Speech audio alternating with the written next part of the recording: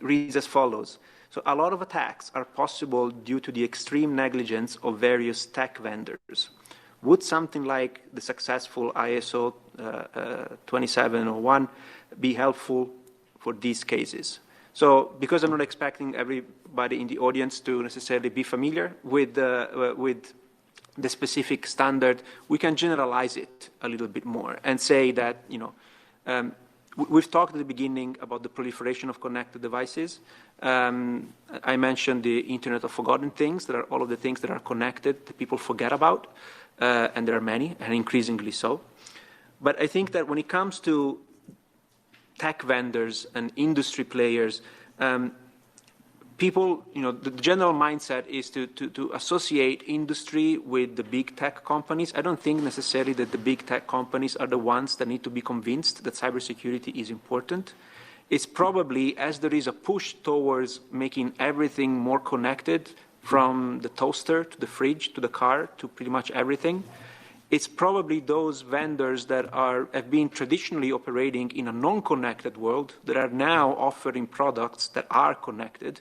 That probably would require specific attention. And when it comes to threats, I think that so far, at least in the discussions, with the exception of the acknowledgement in the context of protection of critical infrastructure, that private sector sometimes or often either owns or manages or operates the infrastructure, the primary focus has been on what states can do and should do. So it's a very state-led type of approach. What is in the hands of state?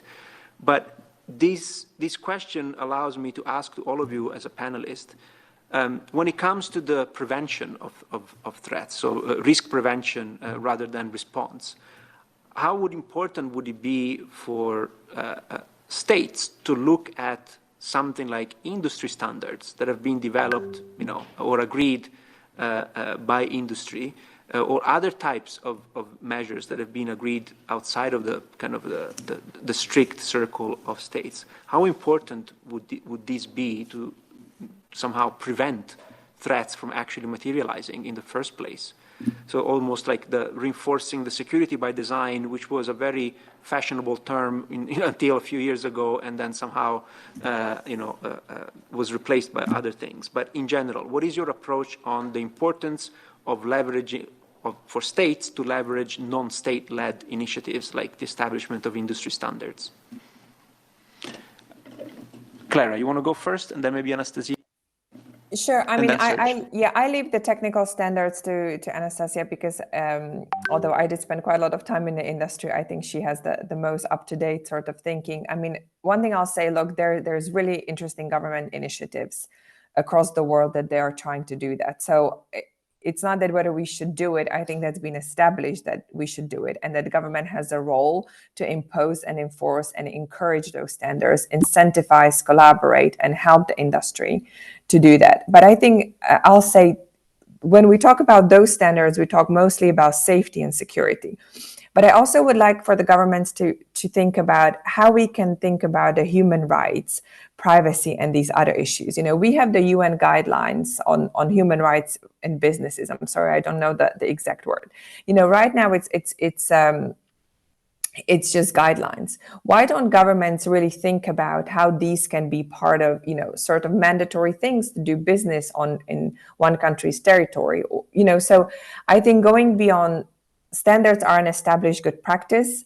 There should be more, and there is really good initiatives, but let's go beyond, safety and security and think about, the human rights aspect of technology and the way that can impact individuals globally. And let's work those into those regulations and mandatory structures. Thank you. Thank you. Anastasia, you want to go next? Sure. I think the question also interesting, but it has an economic, probably the global dimension, not only the dimension of international security and peace. So I will probably try to merge those two aspects.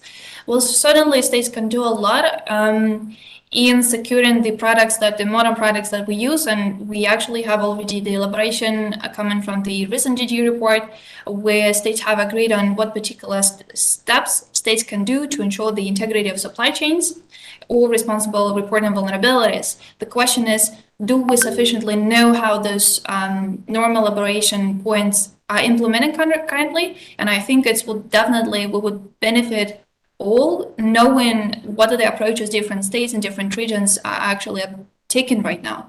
And we see indeed that there are many different national initiatives coming more and more from the US, from the European Union to secure connected devices, IoT.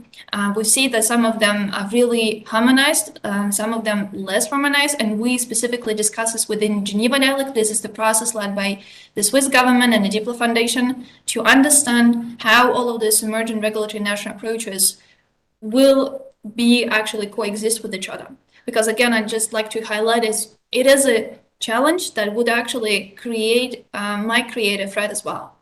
But again, also the question to how states and the industry, and then here in industry also understand not only the big players, of course, but small and medium enterprises, and this is question especially important for the European Union and the European continent, how they could together more efficiently talk to each other to secure all of these services and products.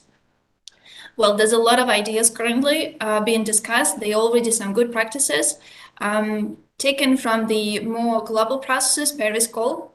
And specifically, there's a key example how the government actually united different industry, non-state actors, civil society, technical community, and other governments to discuss lots of the issues. And there's a particular principle on lifecycle security, which has been discussed within one of the working groups where we are part of. And we also try to decide to actually understand how different stakeholder groups could already take different positive security steps already today to build stronger security through supply chains. So again, there's a lot of different initiatives we may probably not even know, but lots of them. And I think one of the elements to great efficiency is to talk to each other more and actually contribute to greater harmonization to what's going on at the state level and the industry level in different parts of the world. Thank you. Thank you. Serge, what is your perspective? So I think this is a really, it sounds like a simple question, but if you start studying it, it actually becomes very, very complicated. So the questions uses the word negligence, but I would argue that's probably not quite true.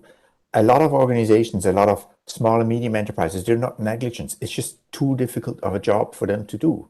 And again, that's nothing new. 100 years ago, companies would produce their own electrical power. We've moved away from that. It's because, why? Because it's expensive, but also because it's difficult to do in a safe manner. So a lot of these things have been outsourced. That's what we do with cloud computing. Cloud computing is not going to solve everything because you cannot move kind of a hospital machine into the cloud, or you cannot move an airplane into the cloud. So there is going to be challenges, but I think the key to that is actually coming up with business models that make sure that these services are safe and secure. So I think that is one part. Certainly standards are going to play a role in that, but they're not going to be the silver bullet that solves all of our problems. And then also, again, and that brings us back to kind of where we started here, if you have what's called a 0 day, a new vulnerability that no one's ever seen before, the best standards are not going to protect you, because then it's up in states to actually be transparent and say, hey, we found a big security hole. Let's not use this to our own advantage, but let's make sure we fix this before more damage is created. Thank you. So I'm going to go with the next question, and Serge, stay there because I'm going to go back to you first as try to take a stab at it. And it goes to, it reads as follows: how serious is the threat of quantum computing to the future of cybersecurity and/or international stability? I mean, that is there's a big question. It will be perfect PhD dissertation topic for any student that is still thinking about it.